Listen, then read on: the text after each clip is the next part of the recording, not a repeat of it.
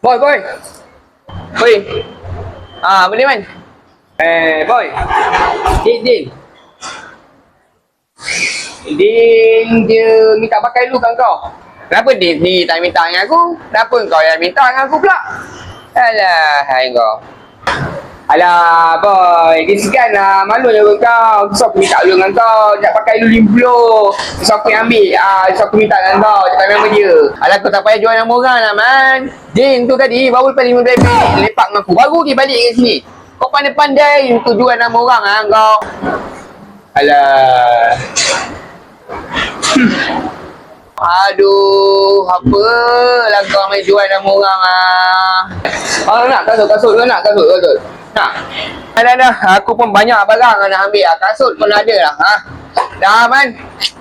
Kau gerak lah, man. Sorry lah, dapat tolong kau ah. Belakang kau, man. Boyong kau.